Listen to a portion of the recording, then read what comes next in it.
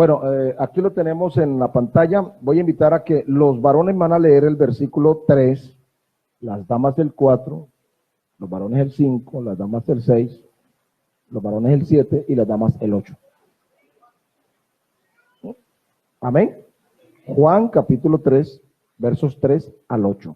Entonces van a empezar los varones. 1, 2, 3.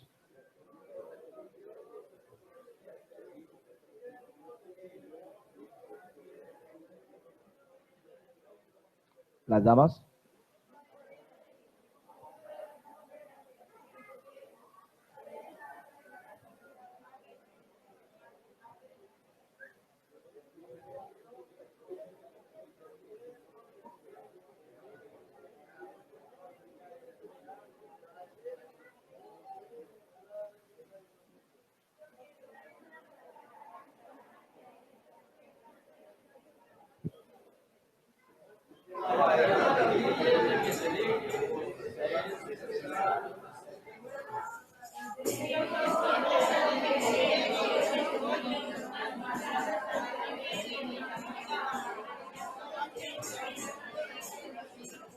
Amén.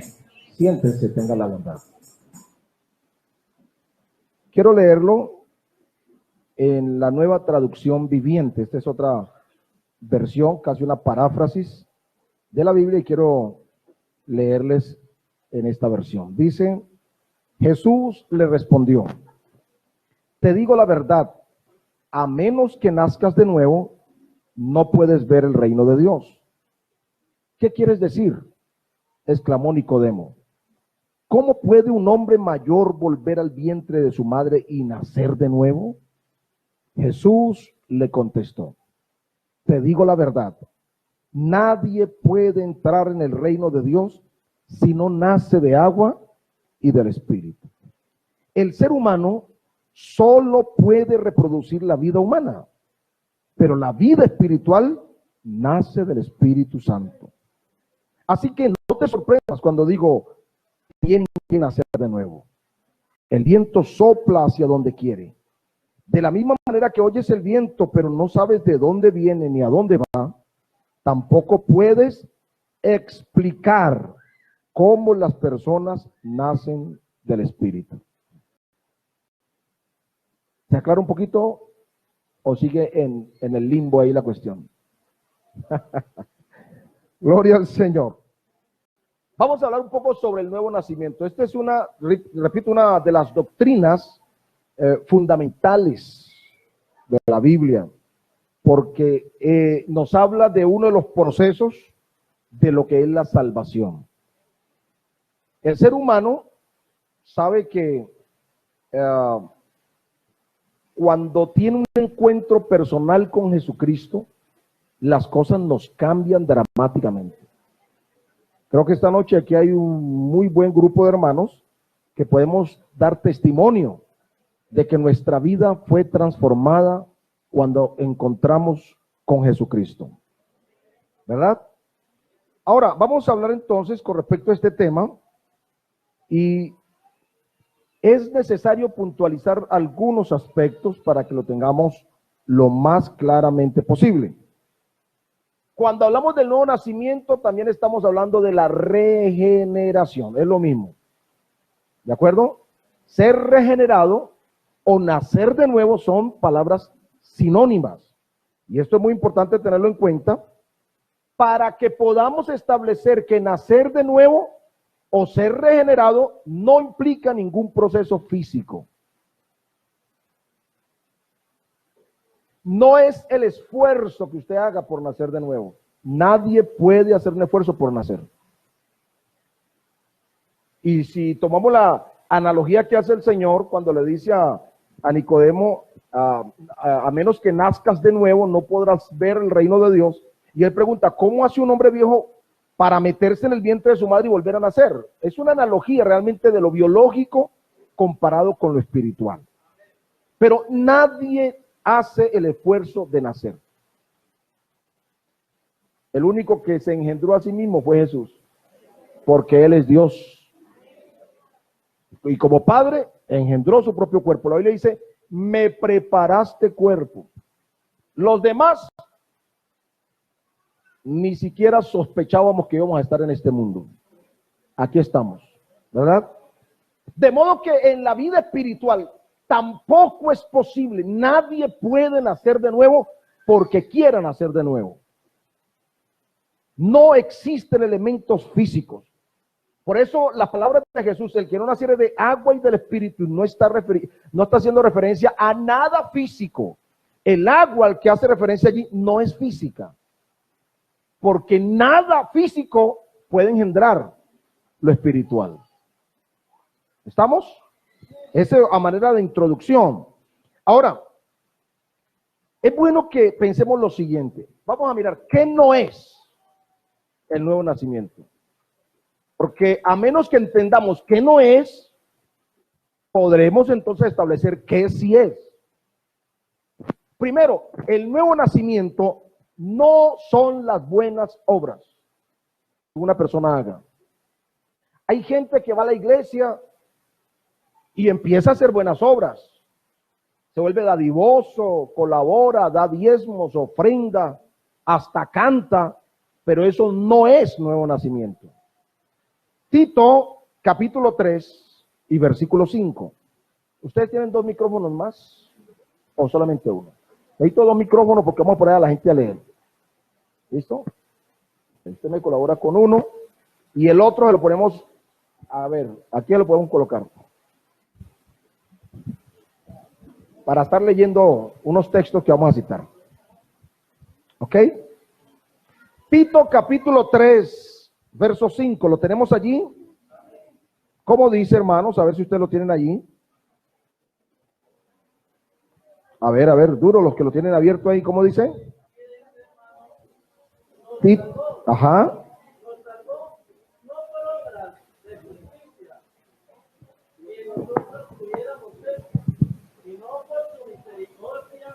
Por el lavamiento de la generación y por la renovación en el Espíritu Santo. Noten ustedes, nos salvó no por qué.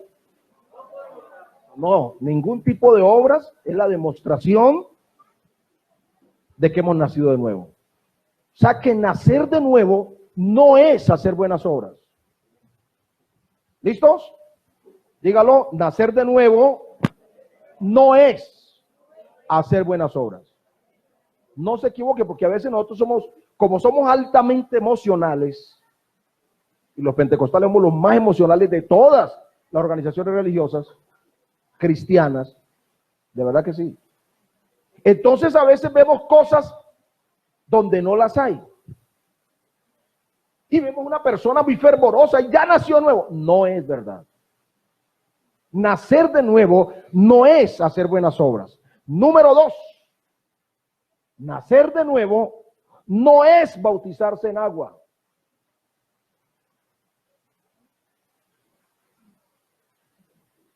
Aquí los más antiguos de pronto me crucifican. Porque a nosotros nos enseñaron cuando estábamos muchachos o recién empezando el evangelio que nacer de nuevo era bautizarse en agua y bautismo del Espíritu Santo. Eso es lo que nos enseñaron. Pero el texto que estamos leyendo de Jesús, sobre la cual se fundamenta esa idea, no está haciendo referencia a algo físico. Recuerde, Jesús dijo, lo que es nacido de la carne, se lo voy a interpretar de esta manera, lo que es nacido de lo físico, físico es. Pero lo que es nacido del Espíritu Santo es, o del Espíritu es. Significa entonces que las cosas materiales, físicas que yo haga, no tienen poder para hacerme nacer de nuevo. Entonces el bautismo en agua no es nacer de nuevo. Aunque lo digamos cuando estamos dando la doctrina y ya vamos a bautizar a la gente, tenemos unos niños nuevos, pero realmente el bautismo en agua no es nacer de nuevo. Y se lo voy a explicar de esta manera. Hagamos un paréntesis aquí. ¿Ustedes cuántos niños tienen? Tienen uno solito. Ustedes son unicitarios hasta en los hijos, ¿no? Está bien, imagínense. Hermana Mayra, mire, le voy a hacer una pregunta. ¿Cuándo se enteró usted que estaba embarazada? ¿En qué momento se dio cuenta? Cuando dejé de menstruar. Por ejemplo. Sí, lo sentí, sí. Pero hay mujeres que dejan de menstruar y no están en embarazo. ¿Cierto que sí? A unas se les atrasa, a otras se les adelanta. O sea, puede que le atrasó. He conozco casos de 2 hasta 3 meses y no necesariamente. Pero es un indicador probable. ¿Sí o no? Vamos a suponer que pasaron los 9 meses y nació el Junior. Tienen a Junior aquí. Nació Carlos Andrés. ¿Sí o no? ¿Qué es Carlos Andrés? Es el resultado del engendramiento de Carlos Elías. Ahí está la semilla de Carlos Elías. Aunque la mamá pone el óvulo, es el varón cuya semilla coloca la que hace que se pueda producir, amén, todo el proceso del embarazo. El hombre es el que engendra. ¿Aló? La semilla del varón hace que el óvulo pueda ser fecundado y producir el resultado, un hijo. ¿Sí o no? Imagínense entonces el hermano Elías, Carlos Elías, engendrando en la hermana un espíritu. ¿Es posible? ¿Por qué no? Porque lo que es nacido de la carne, de carne es. Y luego dice Jesús, y lo que es nacido del espíritu. Es decir, que no hay forma de engendrar a nadie espiritualmente con algo que sea físico o material. La única forma de engendrar espiritualmente es con algo espiritual. ¿Me están escuchando, hermanos? Por lo tanto, el nuevo nacimiento no es el bautismo. Es más, hay mucha gente que se bautiza y nunca nació de nuevo. Les voy a contar casos como este, un caso, por lo menos. Hechos de los Apóstoles, capítulo 8, nos cuenta la historia, para que lo lean en su casa, de un hombre que oyó el evangelio. Supuestamente se arrepintió, probablemente hizo un proceso muy académico, muy intelectual, y terminó siendo bautizado por un evangelista llamado Felipe. ¿Han leído la historia? Y andaba con Felipe para arriba y para abajo, como decimos nosotros, aterrado con los milagros que hacía Felipe. Pero cuando llegaron Pedro y Juan para orar por los que habían sido bautizados, para que recibieran el bautismo del Espíritu Santo, el hombre manifestó su propia naturaleza, reveló lo que tenía por dentro. ¿Han leído la historia? Ofreció dinero a los apóstoles para que le confirieran a él también el poder de transferir el Espíritu Santo. ¿Recuerdan qué le dijo Pedro? Tu dinero perezca contigo, porque veo que en hiel de amargura estás. En otras palabras, tú no has nacido de nuevo. O sea que el bautismo en agua no garantiza que una persona haya nacido de nuevo.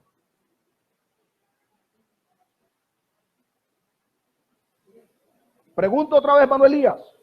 Hablemos de Junior. ¿Cuánto tiempo Junior será su hijo? Toda la vida.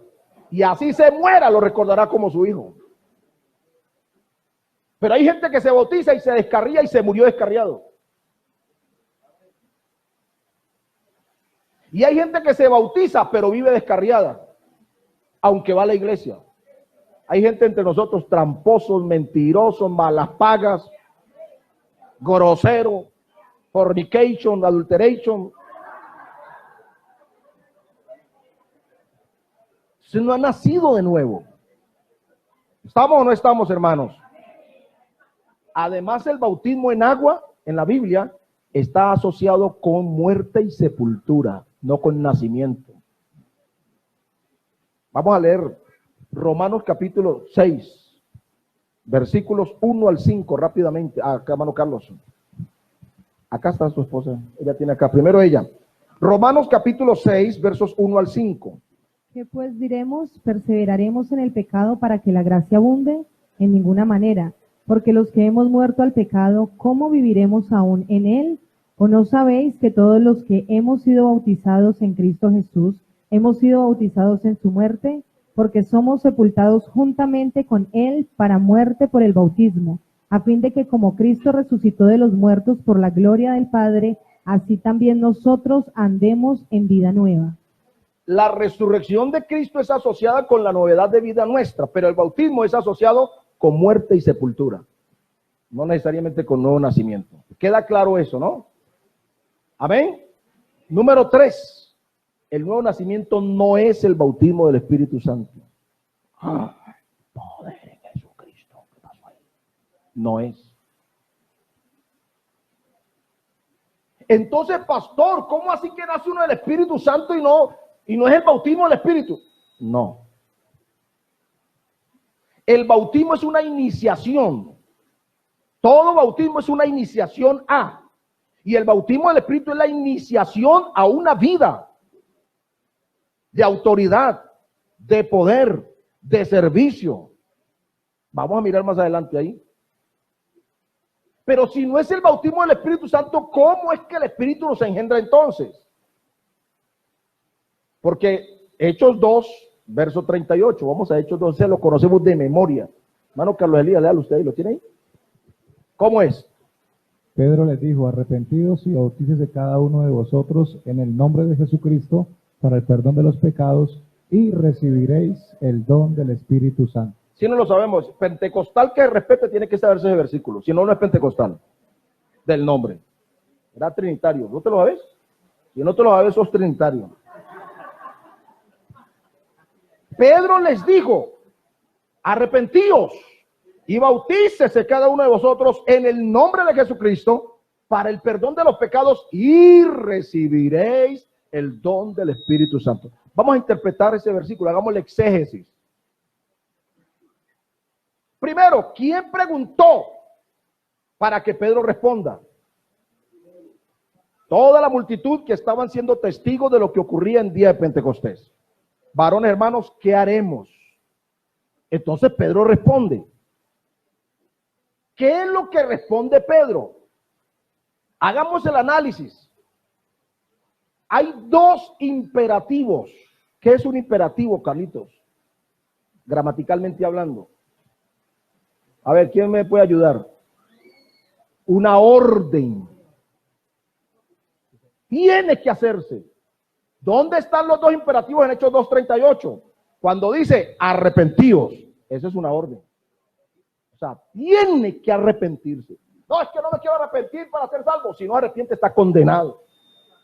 No pasa nada, es una orden. Arrepentíos, primer imperativo. Y el segundo imperativo, ¿cuál es? Bautícese cada uno de ustedes. Dos imperativos. Arrepentimiento y bautismo son órdenes explícitas del Espíritu Santo a través de Pedro para todo aquel que quiera ser salvo. Pero, mire lo que dice: si ustedes se bautizan en el nombre de Jesucristo para perdón de los pecados, ¿qué más dice? ¿Usted cree que la palabra recibiréis es un imperativo? Entonces, ¿en qué sentido? ¿Cómo lo podemos interpretar allí? Una consecuencia de. Mire, yo llevo 35 años leyendo el versículo. Y hace un tiempito atrás, hace poquito, volví a leerlo. Y a leerlo. Y a volverlo a leer hasta que pude comprender el texto. Porque me cegué y me quedé con una idea que me metieron, que me dijeron todos estos años y me quedé allí. Pero ahora entiende el texto. Hay dos órdenes. El bautismo y el arrepentimiento es una orden. Pero el recibir el Espíritu Santo, ¿qué? Ahí no aparece como una orden, sino como consecuencia de ¿qué? Del que se arrepiente y se bautiza. Si usted se arrepiente y usted se bautiza, Dios le da el Espíritu Santo.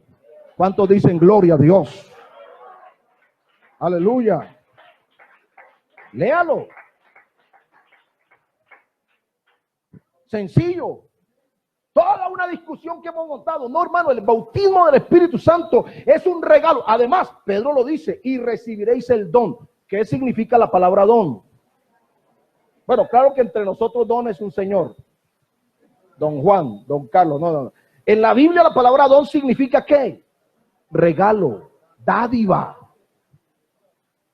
¿Sí o no? Entonces dice, si ustedes se arrepienten y se bautizan, Dios les regala el Espíritu Santo. ¿Está viendo usted? Entonces el bautismo en agua no es el nuevo nacimiento ni el bautismo del Espíritu Santo. Sin embargo, el que engendra es el Espíritu Santo. Increíble. Vamos a hacer la analogía un poquito más despacio. Hablemos de cuál es el proceso biológico para que haya un nacimiento. En primer lugar, ustedes ya conocen cómo funciona. Las damas cada 28 días regularmente tienen un proceso ovulatorio. Por eso llega la regla, como le llaman algunas, o la menstruación. Y resulta que durante ese proceso, ese pequeño óvulo microscópico empieza a descender por una de las trompas del falopio.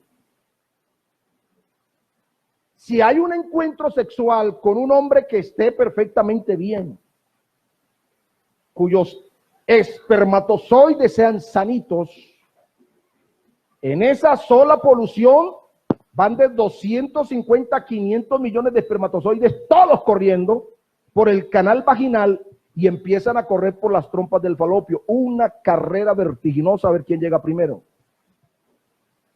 Y el primero que llega, fecunda el óvulo. Yo llegué primero hace 48 años. Aquí estamos los campeones. La primera carrera nos la ganamos nosotros. ¿Será que alguien puede gritar gloria a Dios? Miren, 250 millones de espermatozoides todos corriendo. Yo llegué primero. Por eso estoy aquí. ¿Cierto que sí? Campeón. Hay hermanos que sienten siempre tristes. Ay, hermano, es que yo no. Siéntase feliz porque usted es campeón desde el vientre de su madre. Gloria a Dios. Al ser fecundado ese óvulo, empieza todo un proceso. Ya no es solamente el óvulo. Ni siquiera es el óvulo y el espermatozoide. Ahora esos dos células se transforman, escúcheme bien, en una cosa que pudiéramos llamar un pequeño, ¿cómo le llamamos? Un pequeño embrión. ¿Sí o no? ¿Cuántos dicen amén? Un pequeño embrión. Y ese embrión empieza a desarrollarse. Alrededor de 2, 3 meses se transforma de embrión en feto. Y si todo marcha bien, ese feto, ¿verdad? Se va desarrollando. Corazón, cabeza, tronco, extremidad, desarrollando completamente. Amén. Hasta que llegue el día del parto. ¿Cuánto tiempo? 9 meses en condiciones normales. ¿Cierto? A los 9 meses la señora empieza a dolerle el vientre, el estómago y ay, no sé qué, y la llevan. Entonces hay un parto y nace el bebé. ¿Qué quiere decir esto? Que un hijo no nace de la noche a la mañana. ¿Me escucharon, hermanos? No nace de la noche a la mañana. Se necesita todo un proceso. Por lo menos biológicamente necesita 9 meses. Y espiritualmente entonces, ¿cómo es? Vamos a mirar. ¿Cuáles son los elementos fundamentales para que haya una vida física, biológica? Las mamás saben. Vamos a ver si se acuerdan. Una mamá, ¿usted es mamá? Sí, señora. ¿Cuáles son los elementos físicos que se ven en el parto para que podamos decir que nació un bebé? Bueno, es un proceso acá, ya habla de la leche materna. En el momento del parto, ¿qué cosas ocurren? ¿Cómo rompe o revienta qué? ¿Y qué es eso? Una bolsa llena de líquido. ¿Cierto que sí? O sea que necesita que haya agua. ¿Qué más pasa en ese momento? Sangre. Él no es mamá, pero sabe. Sangre. Y para que digamos que el niño nació bien, ¿qué se necesita además de agua y sangre? Que esté vivo. Que respire. Es decir, seréis de espíritu de vida. ¿Estamos o no estamos? ¿Cuáles son los tres elementos para que haya una vida biológica? Agua, sangre y espíritu de vida. Si no hay uno de esos tres elementos, la cosa se complica. ¿Sí o no? Pues, ¿cómo le parece que el mismo Señor Jesucristo se sometió a ese proceso? Primera carta de Juan, capítulo 5. Vamos a primera de Juan, capítulo 5. ¿Nos ayuda, hermana? Primera carta de Juan, capítulo 5, versículo 6. Este es Jesucristo, que vino mediante agua y sangre, no mediante agua solamente, sino mediante agua y sangre. Y el Espíritu que es el que da testimonio, porque el Espíritu es la verdad. ¿Cuántos elementos de vida aparecen allí? ¿Cuáles son? Agua, sangre y ¿qué más? Y espíritu. ¿Lo leyeron bien? Es un ordenamiento, es un imperativo biológico. De esa manera nacemos físicamente. Jesús como hombre nació también naturalmente. Es decir, dentro de este proceso. ¿Cuántos dicen gloria a Dios? Ahora, teniendo en cuenta eso, entonces permítanme, vamos a ir ajustando un poquito más. La regeneración, como decíamos al principio, es sinónimo de nuevo nacimiento. La palabra regeneración significa hecho de nuevo o nacido de nuevo.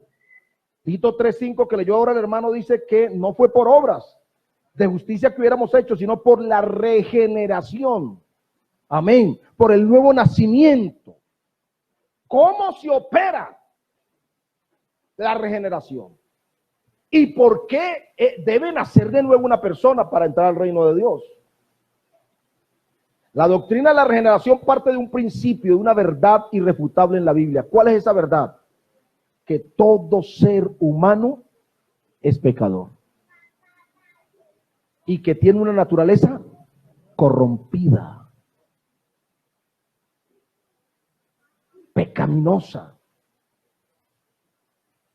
Por eso es que usted nota, ahí está, yo veo varios niños por ahí, allá ellos están pintando, miren las niñas, ¿no? Pero haga usted el ejercicio y verá, las mamás a veces están fritando las papitas esas así, francesas, y el niño de 4 añitos entra y se coge una y se esconde detrás de la puerta y se la come, o debajo de la mesa. ¿Por qué se esconde? La gente dice que es mi angelito. Pues lo que es nacido de la carne, carne es. Hace algunos años las iglesias creían que los pastores producíamos ángeles. ¿Cierto? Y entonces por las iglesias exigían a los hijos de los pastores, usted tiene que ser un pastorcito. Y los muchachos no soportaron esa presión. No, es que nosotros somos carne y engendramos carne. ¿Qué es lo que sucede? Por inocente que sea un niño, hay una naturaleza en él. A no ser que usted sea un espíritu. A ver, pellizquese usted solito. No, nadie va a pellizcar a nadie, usted mismo. A ver, si usted siente, porque usted es carne. Entonces, cuando engendramos, como seres humanos que somos, transmitimos una herencia. ¿Sí o no? David dijo, y en pecado me concibió mi madre. El rey David. Y Job dice, ay del hombre, nacido de mujer, hastiado de males y de sinsabores, corto de días. Y luego pregunta, ¿quién se podrá justificar delante de Dios? Y hasta contó una anécdota. Una noche, mientras estaba quedando dormido, lo visitó un fantasma. Bueno, parece que existían fantasmas en esa época. ¿Cierto? Y ese fantasma le habló al oído, oye hermano, eso es bravo. ¿Ha leído el libro de Job? Y el fantasma le hizo una pregunta al oído y le dijo, ¿sí será verdad que el hombre es más justo que Dios? Lo pregunta un espíritu. Pero ¿sabes qué dice la Biblia? No hay justo ni aún uno. Jesús dijo, no hay bueno sino uno. Es decir, que el ser humano nace en pecado. Si yo siembro aquí, delante de ustedes, una semilla de mango, por ejemplo, la pepa es semilla, ¿cierto? Sembramos aquí un palo de mango y resulta que dentro de un mes volvemos a hacer la segunda parte del nuevo nacimiento, imaginémonos pues, y el palito está así. ¿Cómo se llama ese palito? ¿Por qué palo de mango si no está dando mango? Pero no ha dado mango. Por la semilla. El hermano dice que por la semilla, por acá dicen que a lo largo va a dar mango. Es decir, aunque no dé mango nunca, la naturaleza del árbol es mango. Nuestros niños, por angelitos que sean, van a crecer y van a producir su fruto. ¿Qué fruto van a producir? El pecado. ¿Y por qué? Porque es la semilla. Entonces, en esa condición humana, el hombre está incapacitado para salvarse. Por eso esa noche llegó Nicodemo. Escúcheme bien, llegó de noche. Uno de los más grandes maestros de Israel, y fue de noche y se entrevistó con Jesús. Bueno, Señor, nosotros sabemos que tú eres un maestro que vienes de Dios, porque nadie puede hacer las señales que tú haces. Y bueno, usted ya sabe, ¿no? Puros, ¿se puede usar el término aquí? No, lambetazos, perdóneme la expresión. ¿Cierto? Lo exaltó. Pero a Jesús eso no lo mueve. Lo único que lo mueve a él es una alabanza en espíritu y en verdad. Y mientras el hombre le decía estas pocas cosas, lo adulaba, Jesús le dijo, hombre Nicodemo, te voy a decir una verdad. Si tú no naces de nuevo, no entras al reino. Pero es que Nicodemo no fue a preguntar nada de esas cosas. Él está hablando de otro asunto y Jesús le sale con la necesidad que tiene. Si no nace, puede ser el maestro más maestro de todos los maestros, pero si no nace de nuevo, no entrará al reino de los cielos. Imagínate. ¿Qué es lo que Jesús está viendo? Lo que el hombre no puede ver. Si usted sale y le dice a la gente, usted es un pecador, te van a responder una de dos cosas. Primero, yo no mato, yo no robo, yo no hago mal a nadie, porque ¿cómo hay pecador? O la otra es, sí, claro, todos somos pecadores y ya, pero no hay una conciencia plena. Si hubiese conciencia plena, Jamundí nos quería chiquito para meter la gente que se convirtiera al Señor. Que la gente no tiene conciencia. ¿Por qué? Porque su naturaleza pecaminosa lo tiene muerto. Imagínese usted. Al hablar de la regeneración y nuevo nacimiento es porque el hombre está muerto. Porque una naturaleza corrompida hay dentro de cada uno de los seres humanos. Y si eso es verdad, entonces, señores, Jesús establece un mecanismo para que el ser humano pueda ir o entrar en el reino de Dios.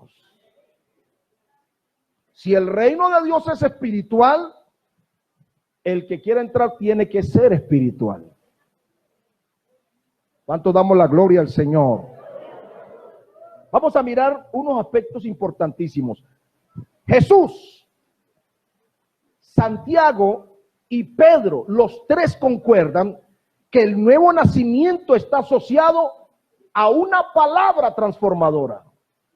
Vamos a mirar cuál será esa palabra transformadora. Juan capítulo 6, verso 63. Por acá, Santiago 1, verso 18. Y vamos a pedir por acá, hermano, ¿cómo es que es? Este que está aquí. Luis, primera de Pedro 1, verso 23. Miren ustedes, los tres concuerdan, Jesús, Santiago y Pedro. Ya te doy la palabra, ya te lo digo, ya te digo. San Juan 6, 63. Los tres concuerdan de que para nacer de nuevo se necesita algo, lo que ellos llaman palabra. Vamos a mirar. Juan 6:63, ¿qué dice? El Espíritu es el que da vida. La carne para nada aprovecha. Las palabras que yo os he hablado son espíritu y son vida. ¿Qué es lo que es espíritu y vida? La palabra que Jesús habló.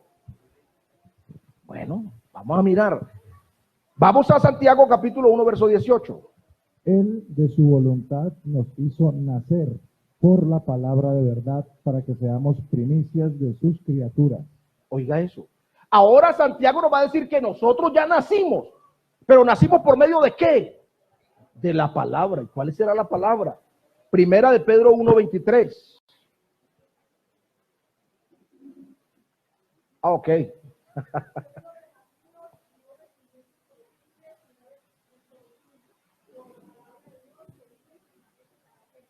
Los tres concuerdan en qué. Para nacer de nuevo se necesita la palabra. ¿Cuál palabra? La palabra de Dios que vive y permanece para siempre. ¡Ojo! ¿Qué es entonces lo que engendra en nosotros el nuevo nacimiento? Según esos textos que hemos leído. Pero parece que no todos están convencidos. Voy y pregunto. ¿Cuál es digamos, el elemento común que nombra Jesús, Santiago y Pedro que nos permiten nacer de nuevo? ¿Cuál es el elemento común? La palabra. Diga duro, la palabra. Increíble. Ahora, esto implica entonces que eso de nacer de nuevo o de ser regenerado es un acto soberano, una operación directa de Dios en la vida de un pecador. Ningún santo tiene que nacer de nuevo. Porque si es santo es porque ya nació de nuevo. ¿Quiénes son los que nacen de nuevo? Los que son pecadores. Pregunto esta noche, ¿cuántos ya nacimos de nuevo? Aquí llegamos siendo pecadores. Yo me entregué al Señor a los 12 años. Bueno, nunca fumé marihuana, ni bazuco, nada de esas cosas. Pero de vez en cuando, a los 12 años, ya probaba cigarrillos, por ahí de vez en cuando. Yo ya estaba formando mi grupito en el barrio Ulpiano Lloreda. Yo ya era líder de un grupito. Éramos como 5 muchachos, pero no para hacer maldad ni nada cosa, sino que nos íbamos a caminar por ahí y nos fumamos un piel roja entre los 5. Imagínese usted. Yo alcancé a probar. El palo de mango estaba empezando a producir su fruto. Y cuando alguno por ahí tenía alguna platica, nos tomamos entre los 5 una cerveza, eso era de sorbito. Y cuando en mi mente estaba pasando una serie de cosas, quizá pensando en cómo proyectar mi vida, quizá en la maldad, Jesucristo se atravesó en mi camino y con el poder de su palabra engendró en mí una nueva criatura. ¿Cuánto damos la gloria al Señor? Aleluya. Por eso, la palabra de Dios será el agente o el instrumento para que nosotros podamos ser engendrados. Claro está que la persona también debe querer, porque obviamente Dios llama y el hombre decide. Aunque Dios tiene todo el poder para obligar, pero Él es un caballero. El que quiera venir en pos de mí, el que oye mi voz y si alguno oye mi voz y abre. O sea, siempre la invitación de Dios es al que quiere. Entonces, si hay un pecador que acepta y recibe la gracia de Dios para ser salvo, la palabra opera el milagro en su vida. ¿Cuántos dicen gloria a Dios? De modo que el nuevo nacimiento, definiéndolo de esta manera, es un cambio en la naturaleza moral, escúcheme, y espiritual del ser humano. Eso no lo produce el bautismo en agua, no lo produce ningún hombre por bonito que hable. Hermano Carlos Elías puede ser el mejor predicador de la historia de la Iglesia Pentecostal de Colombia y puede reventársele las venas, pero él no tiene ningún poder para transformar la vida de las personas. No existe hombre en esta tierra que pueda hacer eso, solo el poder de la palabra de Dios. A su nombre sea la gloria. La Biblia dice que por la palabra fueron hechos los cielos y también la tierra. Dice que por la palabra el mundo subsiste. Dice que es el poder de la palabra que sostiene el universo. Lo que los científicos llaman fuerza de gravedad, Carta a los Hebreos capítulo 1 le llama palabra de Dios. Esto no, la fuerza de gravedad sí es una ley de la física, pero más allá de la física es el poder de la palabra que sostiene todo este universo. ¿Cuánto damos la gloria a Jesús? Aleluya. Ahora vamos a mirar ese cambio moral y espiritual. San Juan capítulo 1, Carlitos. Juan capítulo 1 versos 12 y 13. Leamos Juan capítulo 1 versos 12 y 13. ¿Sí, señor? Evangelio de Juan 1 versos 12 y 13. Dice así: mas a todos los que le recibieron, a los que creen en su nombre, les dio potestad de ser hechos hijos de Dios. Verso 13 ya. Los cuales no son engendrados de sangre, ni de voluntad de carne, ni de voluntad de varón, sino de Dios. ¿Escucharon eso? Primero, los que creen, los que le reciben, entonces les da derecho de ser hijos. ¿Y cómo es la cosa? No es porque haya un hombre o una mujer o por nada. Esto es voluntad de Dios. ¿Cuántos dicen amén? ¿Queda claro? Ahora permítame, entonces yo les hago un recuento de cómo surge esto del nuevo nacimiento. Es difícil de explicarlo. Porque el texto que leímos en la versión que leí, dice que como no sabes cómo es, o sea, lo del viento, de dónde viene ni para dónde va, así tampoco se puede explicar cómo es que una persona nace del Espíritu. Pero por lo menos tenemos las generalidades puestas en la palabra. La palabra es lo primero, ¿verdad? ¿Cómo funciona esto? Jesús dice que nadie que no nazca de agua y del Espíritu puede entrar o ver el reino de Dios. Eso es una verdad irrefutable. O sea que el que no nace de agua y del Espíritu, hermano, no se vista porque no entra. Así de sencillo. Ahora, ¿qué quiere decir esto? Quiere decir que para llegar a ser hijo de Dios, para nacer de nuevo, se necesita un proceso semejante al biológico. Semejante, no igual. Número 1, San Juan, capítulo 1, verso 13. Repítame el versículo, hermano Carlitos. ¿Lo tiene ahí? Sí, el versículo 13, léalo usted. ¿Qué sería lo primero para ser hijo de Dios, para nacer de nuevo? Dice el 13, los cuales no son engendrados de sangre, ni de voluntad de carne, ni de voluntad de varón, sino de Dios. O sea que Dios es el que engendra. Pero ¿cómo engendra a Dios? Primera de Pedro 1, verso 23. Primera de Pedro 1, verso 23.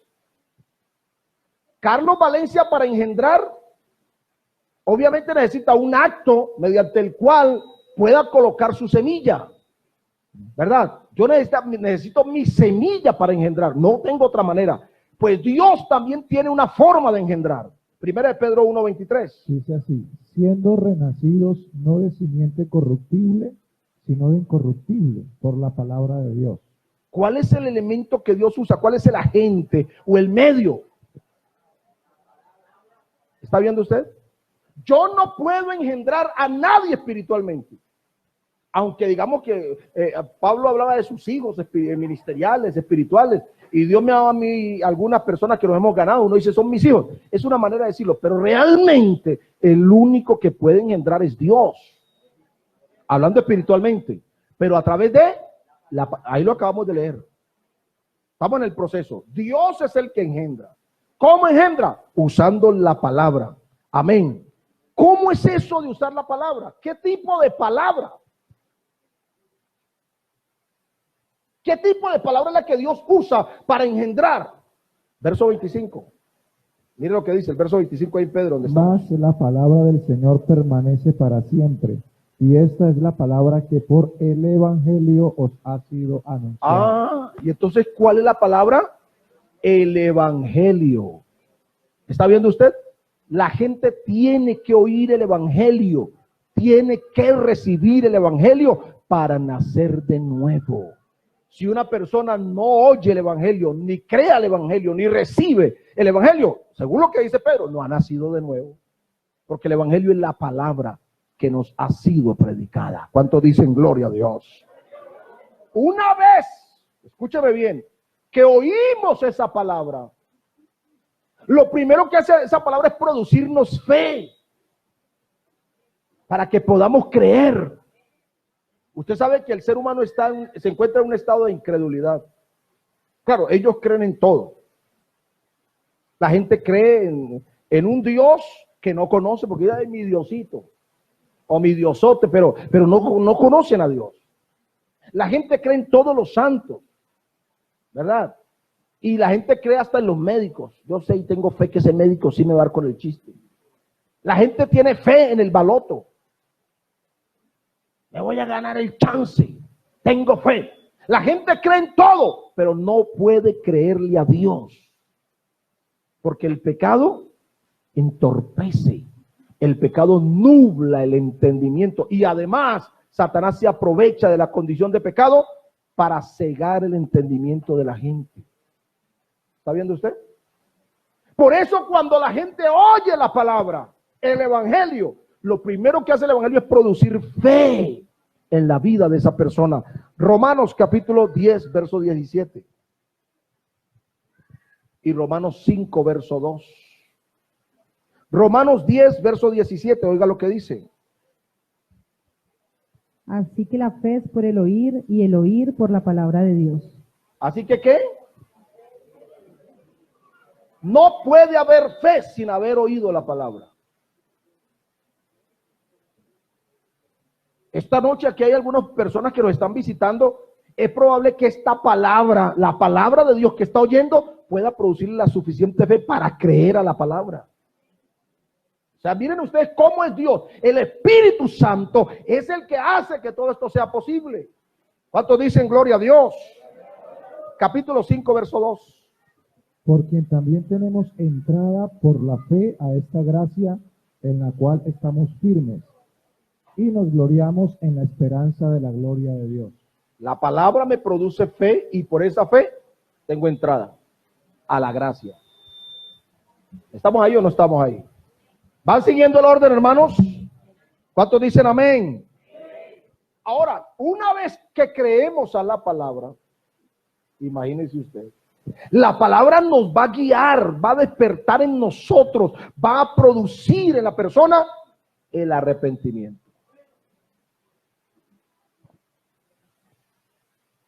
Y ojo, ¿no? Porque hay gente que sí se compunge, pero no tiene un arrepentimiento. Yo no sé de nosotros porque hay gente que está arrepentida, pero no convertida. Es que el arrepentimiento y la conversión van ligados. Porque la palabra arrepentimiento significa un cambio de mentalidad. Si hay cambio de pensamiento, entonces hay cambio de vida. Hay cambio de acciones. Lo que pasa es que la conversión es un concepto mucho más amplio porque abarca todo el proceso que estamos hablando. Pero la palabra cuando produce fe y podemos creer a la palabra, entonces se nos despierta ese sentimiento de culpa. O sea que yo estoy perdido, pastor. Si yo no nazco de nuevo como usted está enseñando, si yo no recibo el evangelio de Jesucristo, ¿me voy a condenar? Pues sí, se va a condenar. Entonces la palabra produce la fe para que crea. Y cuando la persona cree, entonces entrega su vida a Jesucristo. Eso es el arrepentimiento. El arrepentimiento, estimados hermanos, es un cambio de vida, es renunciar a la vida del pecado, es la decisión de volverse a Dios, es un cambio de la manera en que yo pensaba. Uno sin Cristo es muy dado a pensar cosas. Claro, con Cristo también pensamos. Yo siempre le digo a la iglesia, nosotros somos santos, aunque la gente no lo crea. Imagínense. Nosotros somos santos, aunque la gente no lo crea. Pero raro, también nos llegan malos pensamientos. O aquí hay uno que nunca le llega un mal pensamiento, porque si no le llega ningún mal pensamiento, usted está en el lugar equivocado. Si no, ¿a usted le llega mal pensamiento de vez en cuando? Bueno, hay unos que no dicen nada. Dios mío, no, yo me siento pecador esta noche frente a algunos aquí.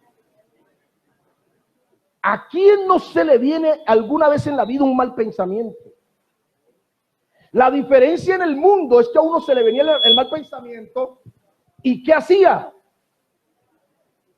Lo ejecutaba. Yo hace poco salí de la universidad y llegan todos los muchachos, yo era el más viejo de todos, y los muchachos de 16, 17, 18 años, y cuando llegaba el día lunes, llegamos el lunes a las clases, entonces algunos de ellos llegaban a contar sus cosas.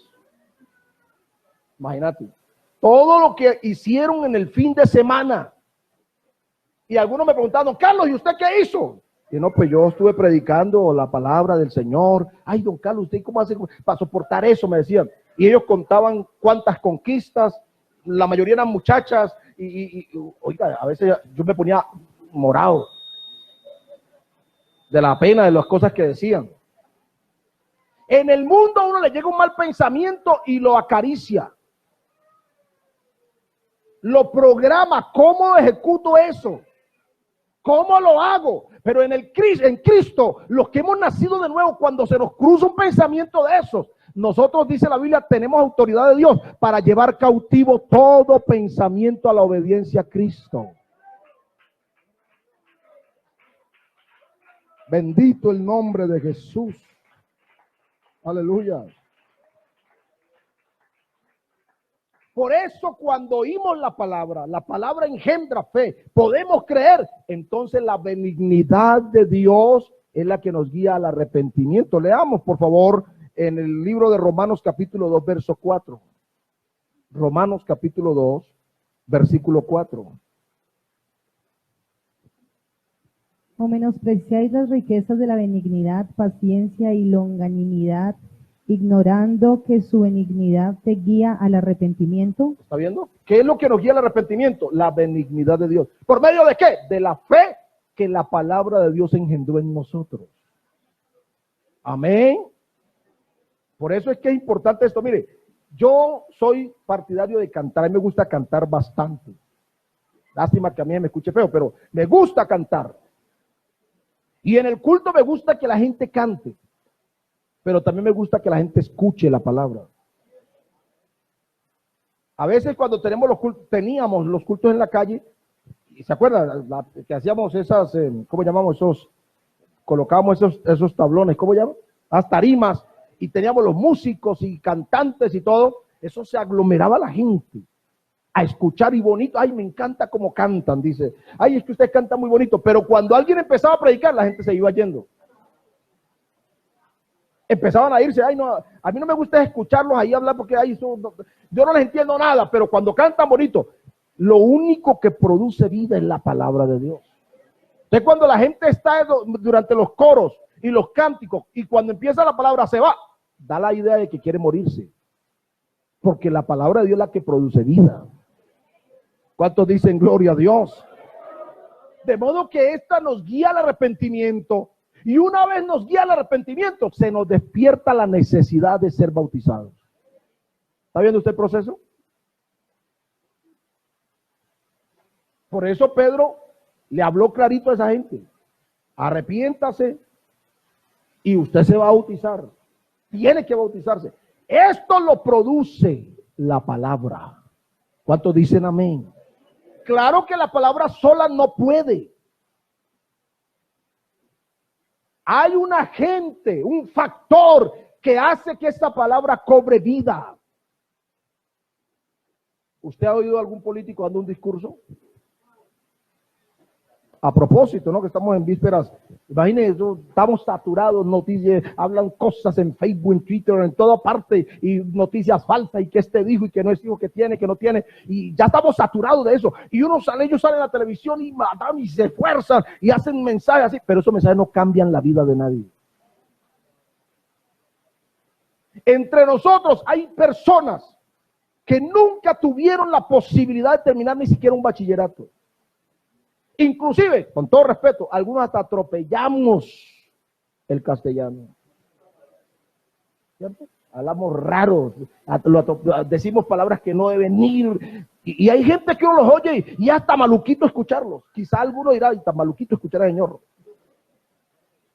Pero hay algo extraño. Y es que aunque no tengamos mucha elocuencia, mucha sabiduría, cuando predicamos, algo ocurre en el corazón de la gente que nos escucha. No es que seamos muy elocuentes, no es lo bonito de lo que habla el predicador. No, es que a mí me encanta escucharlo porque habla chévere. No. Es que hay algo más allá de nuestras palabras y es el poder del Espíritu Santo.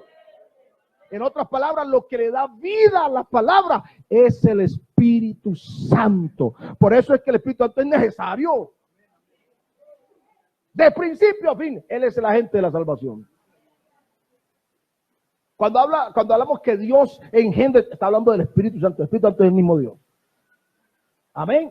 Obra previa a la salvación, toda la hace el Espíritu Santo. Y posterior y durante, todo es obra del Espíritu Santo. Entonces, será el Espíritu Santo el que va a avivar esa palabra, de modo que cuando la palabra brota de los labios de los predicadores, esa palabra es viva.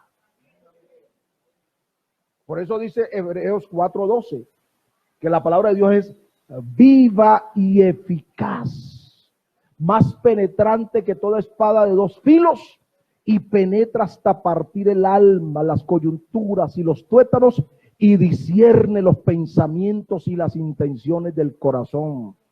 ¿Cuánta gente ha llegado con intenciones a un culto? Pero mientras se predica la palabra hace como cuando usted está en un lugar oscuro, totalmente en tinieblas, y de pronto llega la luz, todo se ilumina. La palabra de Dios descubre los secretos del corazón. Y es por eso que el hombre decide entregar su vida a Cristo, porque dice, ¿quién le dijo a él? ¿Quién le contó? No necesitamos que nos cuente a nada. Es el Espíritu Santo a través de la palabra que va directo al corazón del hombre. Un aplauso fuerte a Jesús. Aleluya.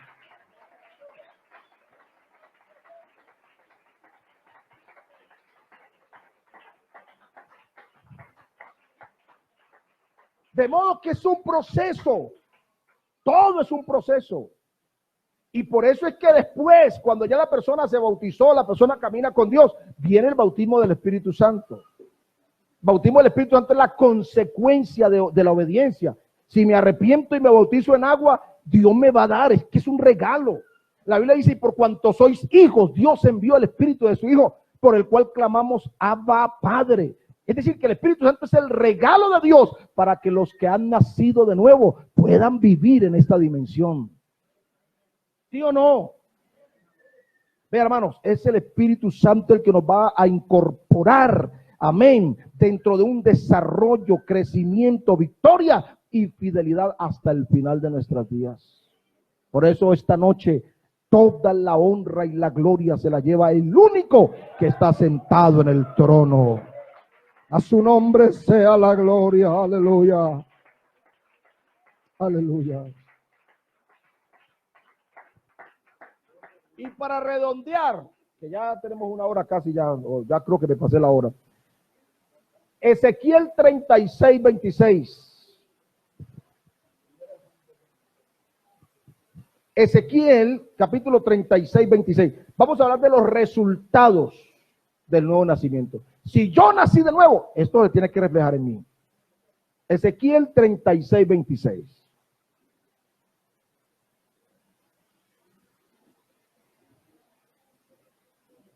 Se murió. Ezequiel 36:26. Os daré corazón nuevo y pondré espíritu nuevo dentro de vosotros y quitaré de vuestra carne el corazón de piedra y os daré un corazón de carne. ¿Cuál es el primer resultado del nuevo nacimiento? Un corazón nuevo y un espíritu nuevo.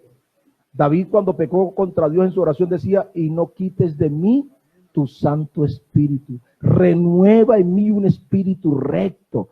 ¿Qué significa eso? Solo aquellos que han nacido de nuevo, su corazón, es decir, el centro de su vida, de sus emociones, de su intelecto, de su voluntad, todo asume total cambio a partir de ese momento. Por eso usted ya no puede vivir en pecado.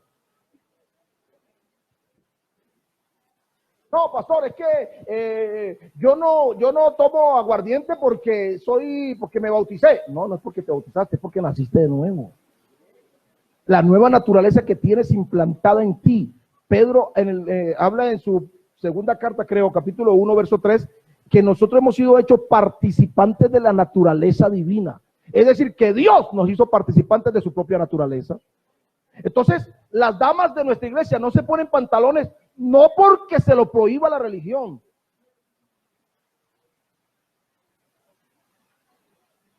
Y alguien me preguntaba a mí, una señora un día me decía: venga, don Carlos, ¿y cómo es? Pues porque la mayoría de los hombres tienen 7.5 y ustedes, ¿por qué apenas una? Así me preguntó. Y le dije: la diferencia es que yo nací de nuevo. Si estuviera en el mundo, imagínense que en la Biblia hay uno que atentó contra todo lo que llame vida. Tuvo 1.001 mujeres.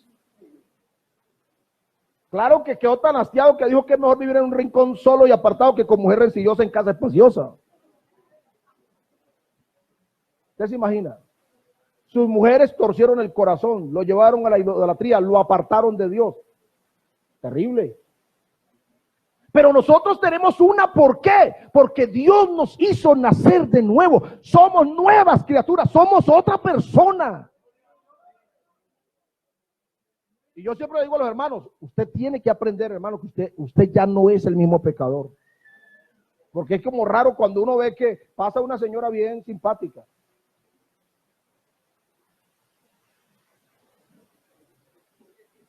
¿Y cómo es cómo es posible que el creyente vaya?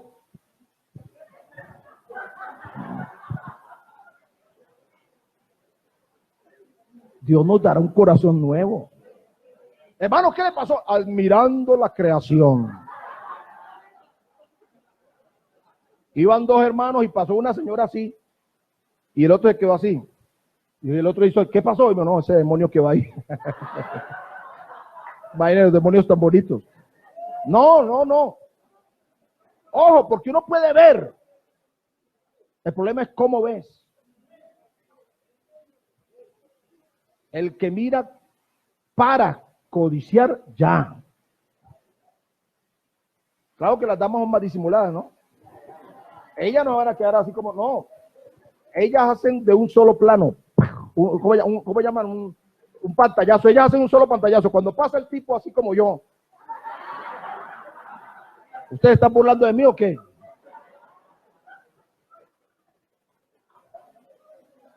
Créanme, una barriguita como la mía apenas es. Y cuando uno va caminando, imagínense ese corte, y ellas de frente, un pantallazo y les queda aquí. Y sueñan con ese pantallazo. Mientras que al hombre no, al hombre le toca que varios pantallazos para poder entender la cuestión. La mujer ve en una sola dimensión, el hombre ve en 3 dimensiones. Pero si hemos nacido de nuevo, hermano, Dios puso un corazón nuevo. Y si puso un corazón nuevo, implica que yo no puedo seguir como antes. Mi vida tiene que dar cambios sustanciales. Alguien grite: gloria a Dios. Primera de Juan 2, verso 29. Si sabéis que Él es justo, sabed también que todo el que hace justicia es nacido de Él. Todo el que hace justicia, ¿qué? Es nacido de Dios. Es decir, que la segunda característica que demuestra que yo nací de nuevo es que aprendo a ser justo. Hay patrones que no le pagan lo justo a sus trabajadores, creyentes. Los ponen a trabajar y dile, y no le pagan lo que es. Pero hay trabajadores que trabajan es al ojo. Si el patrón está allí, trabajan. Si no, perdóneme la expresión, locha. Ambos están mal. Porque el que ha nacido de nuevo es justo. Debe trabajar lo justo y debe pagar lo justo. Debe ser justo. Y cuando hablamos de ser justo, implica que yo debo tratar con justicia a todos los demás. Eso implicaría no hacer acepción de personas. Una vez por una iglesia, una hermanita dijo, y me señaló, ¿por qué? Es negro. Sí. ¿Usted cree que eso en la iglesia existe? Pues hay gente que no ha nacido de nuevo. Si un creyente racista, yo no sé si toco algún callo, pero que el Espíritu Santo hable. Pero en la iglesia de Dios no debe haber racismo, no puede. Todos somos iguales. El color de la piel no tiene nada que ver aquí. Ni tampoco el estatus social. No, es que se usa Pierre Cardin, no sé qué, y ahí me tocó el pachulí. No, ¿cuál es el problema? El que tiene que vista bien. Si tiene plata, compre los mejores zapatos. Viva bien. Si no tiene, pues no aguante hambre para ponerse. No, coma mejor. La vida vale más que todo lo demás. Pero en la iglesia, el que tiene como el que no tiene, ambos son iguales delante de Dios. Si hemos nacido de nuevo. Fuerte, fuerte, fuerte, fuerte. Ese aplauso a Jesús de Nazaret. Aleluya.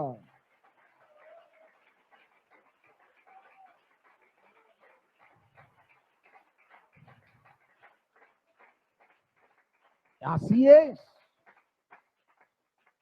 A mí que no me vengan con cuentos, perdónenme. Puede ser el predicador más predicador del universo. Creyente, lo que sea. Pero si tiene este tipo de prejuicios, no ha nacido de nuevo. Y bueno, como el tiempo no nos alcanza y vamos a tener un espacio de preguntas y respuestas, quedan por lo menos 4 o 5. Dios, cuando uno ha nacido de nuevo, tiene victoria sobre el mundo. Victoria sobre el pecado. Sabe que es participante de la naturaleza divina, por lo tanto percibe la presencia de Dios. El que ha nacido de nuevo se desarrolla y se perfecciona. Así como Carlos Andrés Jr. nació, ¿cuánto midió cuando nació? 49 centímetros. ¿Y dónde está Carlito? ¿Cuál es? Ah, el que estaba aquí. Ese le va a gustar predicar también. Ya no tiene 49 centímetros. Mire cómo va creciendo, se va desarrollando. ¿Ah? Recuerde usted cuando era niño. Cuando era niño, pensaba como niño y hasta hablaba como niño. Ya usted es un adulto. Espiritualmente también crecemos. Antes bien, creced en la gracia y el conocimiento de nuestro Señor Jesucristo. Aquí uno crece, uno se desarrolla, se perfecciona. Amén. Pero lo más glorioso es que el fruto del Espíritu Santo o el carácter de Cristo se evidencia en la vida de un hombre o de una mujer que ha nacido de nuevo. Amor, gozo, paz, paciencia, benignidad, bondad, fe, mansedumbre y templanza, y contra tales cosas no hay ley. El que ha nacido de nuevo evidencia a Cristo hasta en la forma de hablar. Aleluya.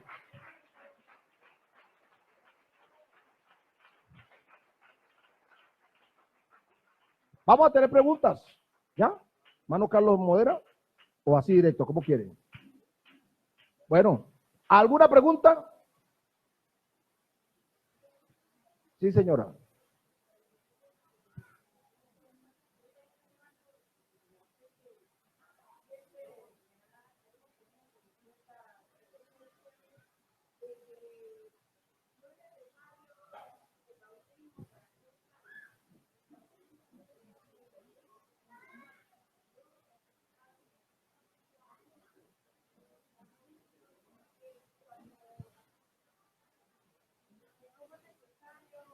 Hágale que yo le interpreto y quiere. ¿Sí, no?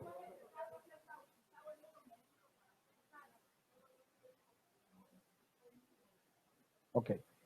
La hermana dice que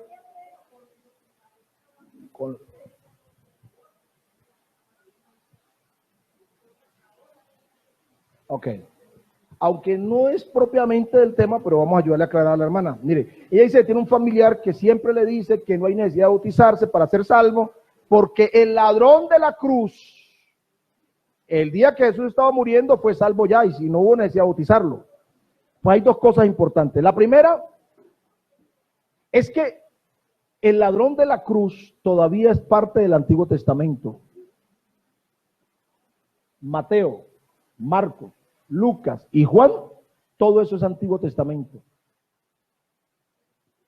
Lo que pasa es que los señores que editan la Biblia y toda la cosa pusieron una hojita allí en el medio que dice que Nuevo Testamento de nuestro Señor Jesucristo. Eso no es inspirado, solo lo pusieron allí y nos ha confundido. La gente cree que los evangelios, los 4 evangelios, ya es Nuevo Testamento. Pues no, la Biblia dice que Jesús nació bajo la ley. ¿Aló? Nació, vivió y murió bajo la ley. La resurrección de Cristo será lo que va a marcar el inicio de una nueva etapa de la historia de la humanidad. Amén.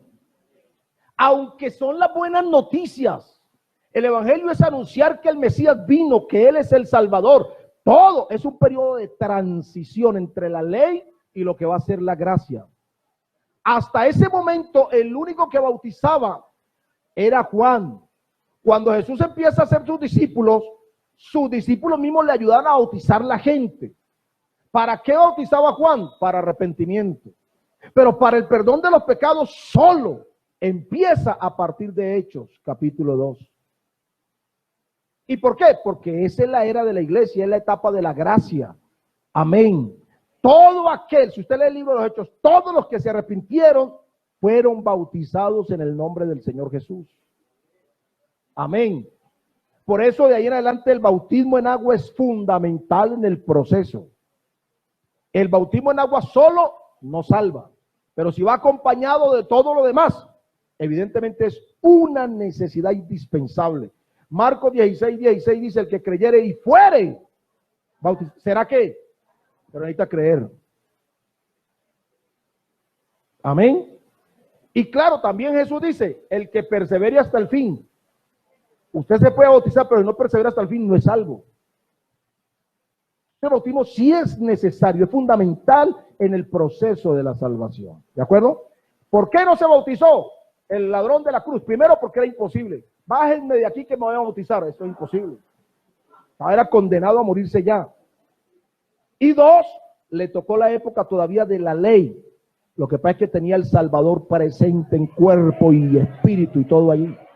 Es distinto. Pero todo aquel hoy que cree en Jesucristo y quiera ser salvo, tiene que bautizarse para el perdón de los pecados. Pregunta, aquí pastor.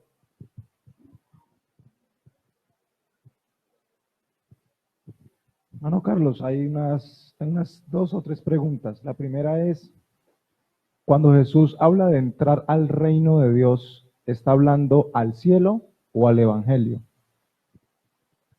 El reino de Dios es la iglesia. Si no lo sabía, el reino de Dios es la iglesia. Amén.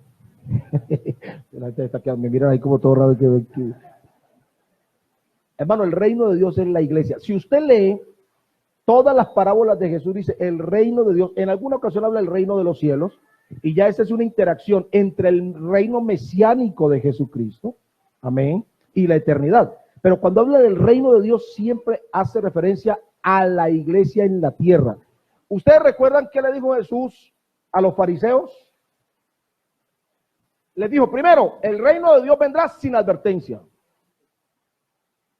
Nadie les va a decir, helo aquí o helo allí, porque vendrá sin advertencia. Pero después dijo, el reino de Dios entre vosotros está.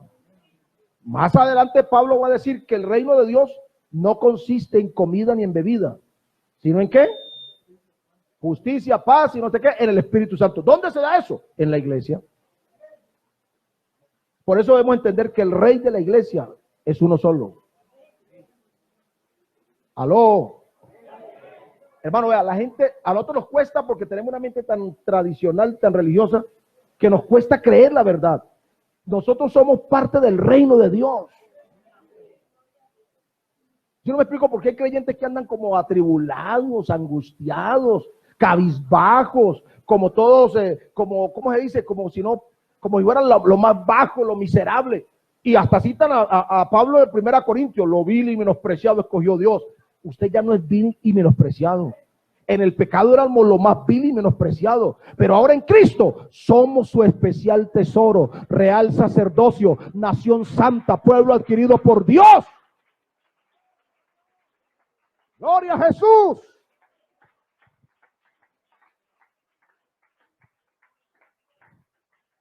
Gracias, hermano Carlos. Estas preguntas pues aclaran muchas dudas, porque también hay otras organizaciones que piensan que es el cielo. Ustedes ven eso como pues el reguito para entrar al cielo y de verdad corroboro lo que usted dice, es para la iglesia, entrar a la iglesia. Otra pregunta. Bajo esta orden de ideas que usted nos da ahorita, ¿hay gente que nace de nuevo incluso después del bautismo? O sea, hay gente que puede bautizarse en un momento en agua, pero no ha nacido de nuevo. Se bautizó porque mi amigo se bautizó porque pues de pronto tuvo temor de que el Señor viniera rápido, entonces de quedarse, pero pues no tuvo un cambio. Pero esa persona con el tiempo puede nacer de nuevo, y si nace de nuevo hay que volverlo a bautizar. Eso es una inquietud. Bueno, por ejemplo, el bautismo del Espíritu Santo, ¿no? El orden debe ser, de acuerdo a lo que hemos leído en la Biblia, primero, el creer; 2, arrepentimiento; 3, bautismo en agua; y 4, bautismo en el Espíritu Santo. Es el orden. Pero en el capítulo 10 de Hechos, primero reciben el bautismo del Espíritu Santo, parece que después se arrepienten y después viene el bautismo en agua. Es decir, que Dios no tiene problema. Hay un orden, sí, pero Dios no tiene problema. Dios es soberano. Entonces, alguien se puede bautizar porque de pronto el domingo tiene bautismo y hay 40 personas, y al ver todo ese poco de gente o su familia, pastor, yo me quiero bautizar, se mete al agua y lo bautizaron. Pero no ha nacido de nuevo, nada. Simplemente fue una cuestión muy emocional. Puede ser que con el tiempo, viniendo al culto, escuchando la palabra, aprende qué es el evangelio, qué significa esto. Y es probable que en ese transcurso del tiempo la palabra de Dios siga haciendo el trabajo. Sí puede nacer de nuevo después, no hay problema. Pero ojalá Dios quiera que no, si hay alguien aquí, no vaya a ser así. Créale a Dios. Créale a Dios desde ya. Gracias, hermano Carlos. Y una última pregunta. Jesús habla acerca del que no naciere de agua ni de espíritu. Hay gente que cree, ya usted lo explicó, que el nacer de agua y el nacer del espíritu son dos eventos diferentes. Ya usted lo aclaró. Quiero pronto que me aclare un poquito esta inquietud, que la aterricemos. Cuando Jesús habla del agua y del espíritu, ¿es lo mismo? O sea, ¿está hablando de dos cosas en una o es algo diferente? Agua y espíritu. ¿Recuerdan ustedes que dijimos que si lo que es por el texto sigue, porque hay que leerlo en todo su contexto? El texto sigue diciendo lo que es nacido de la carne, carne de él; lo que nació del espíritu, espíritu de él. Es decir, lo material y lo físico es físico de él, lo espiritual es espiritual. Si está hablando de un nacimiento espiritual, no se refiere al agua física. Uno, ¿verdad? Eso lo dijimos ya. ¿Ok? Entonces los dos elementos son la palabra y el espíritu que lo produce. No son dos eventos, es uno solo, pero sí dos elementos.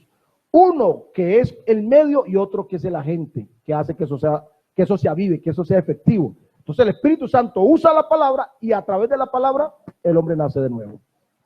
Amén. Una última pregunta. Acá la hermana. Ok.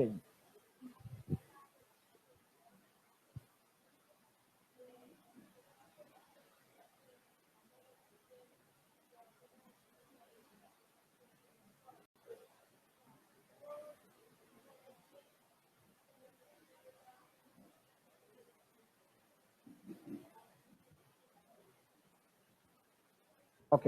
La hermana pregunta que si una persona está enferma, una enfermedad terminal, y faltándole ya ahorita de pronto para morirse, se arrepintió, pero no hay posibilidad de bautizarlo, ¿qué pasa con ella?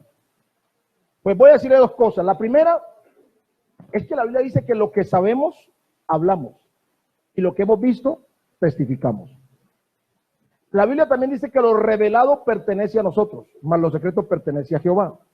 ¿Qué es lo revelado? Toda persona tiene que pasar por el creer, el arrepentimiento y el bautismo en agua en el nombre de Jesucristo. Eso es lo establecido, ¿verdad? Pero ¿qué ocurre en un evento de esos? Yo no lo salvo ni tampoco lo condeno. Pienso que Dios es soberano. Ahora, el problema es que mucha gente sí espera hasta el último momento. Y después lo ponen a correr a uno. Pastor, vea que venga a las 3 de la mañana, venga, bautícelo. Yo no corro así. No. Me perdonan, pero no se puede hacer así. Porque es que el bautismo requiere un proceso también. Se necesita no solo que la persona crea, sino que se arrepienta, que haya esa transformación, por lo menos en términos de la mente. Lo que pasa es que correr una bautización a una persona así es como si llegáramos al punto católico. Hay que bautizar al niño porque si se muere Boro, o se lo lleva no sé quién, que va para no sé dónde. No. Hermano, el bautismo es parte de todo un proceso. ¿De acuerdo? A mí me tocó un caso de una señora que estaba muriendo toda la noche agonizando. Reunió a toda la familia y empezó pues a dar instrucciones y el espectro de la muerte se le veía. Me llamaron al otro día, yo fui como a las 10 de la mañana a visitarla. Era la mamá de un hermano de la iglesia, un joven, y la señora me miró y se le notaba, hermano, realmente el espectro de la muerte ahí. Y le dije yo, me dijeron que usted quiere bautizarse. Sí, pastor, yo quiero bautizarme. ¿Y para qué usted quiere ser bautizada? Para el perdón de mis pecados. Porque yo he entendido que solo Jesucristo me puede salvar. O sea, tenía claro. Ya, bueno, señora. Y mientras estaba hablando ahí, cuando llegó el sacerdote, llegó el cura, ¿Dónde está? Y le dijeron allá. Y se metió y me hizo a un lado. Y párese, hermano, hágame el favor. Yo estaba ahí. Y él me llegó, hija, vengo a darte los santos óleos. Yo me quedé ahí parado. Y entonces la señora le dijo, ¿cómo así, padre? Dijo, no, es que te vengo a dar los santos óleos, hija, para que te vayas en paz y todo. Y ella le dijo, no, padre, yo he decidido bautizarme en el nombre de Jesucristo. Imagínate. Entonces el sacerdote le dijo, pero hija, tú ya eres bautizada. Le dijo, sí, padre, cuando era niña me bautizaron para ponerme un nombre, pero ahora es para que Dios perdone mis pecados. Entonces, ¿qué hizo el pastor Carlos Valencia? Párese otra vez, hágase adelante. Yo llegué. Ustedes han escuchado que esta señora ha manifestado creer en Jesucristo y quiere ser bautizada. La bautizamos en el nombre de Jesús y duró un mes más. Entonces, hay de casos a casos. Por eso aquí nadie tiene la última palabra. Que se pierde, que condena. Lo revelado, según la Biblia, tiene que ser hasta un determinado punto.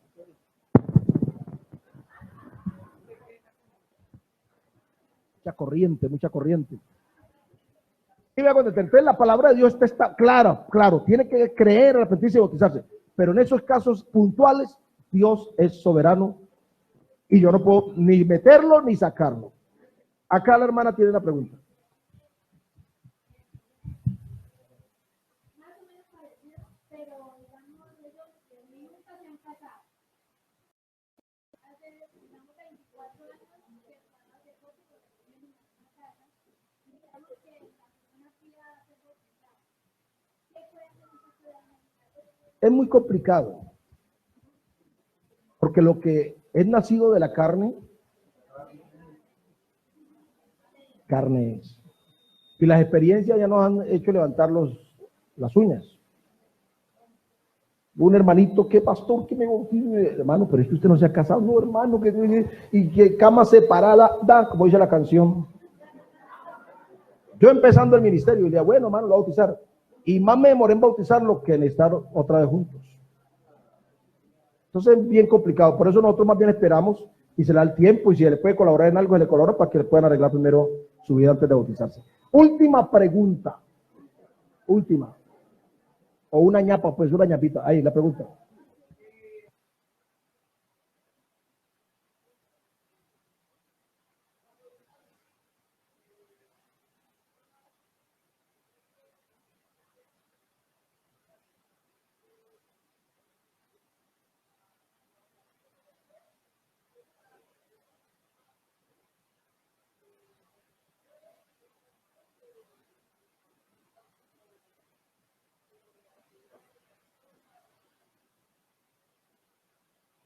Pues yo pienso que eso depende del que esté orando.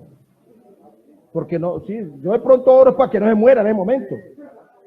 Pero de pronto otro ora para que la persona se arrepienta. O sea, eso depende de cómo el Espíritu mueva al que está orando por él. O sea, no hay una oración única que todo el mundo hace, no existe. Sino que el Espíritu Santo mismo es el que guía en un momento dado para ese tipo de necesidades. Ahí vuelvo y le repito lo mismo que le dije a la niña acá. Lo que la Biblia dice es que la persona tiene que pasar por el proceso. Pero, ¿qué ocurre con esa persona? Dios es soberano. Pero yo no le puedo dar esperanza a nadie. A todos los que están aquí, les digo lo que dice la palabra. Si usted no recibe a Cristo como Salvador, si no pasa por el arrepentimiento, si no se bautiza en el nombre de Jesús, usted está condenado. Eso es lo que dice la Biblia. Y es lo que hay que predicar. Lo demás son casos fortuitos y Dios es soberano. Pero la doctrina está establecida. Última, la ñapa. ¿Ah, no? ¿Ah? Bueno, hermanos, los dejo.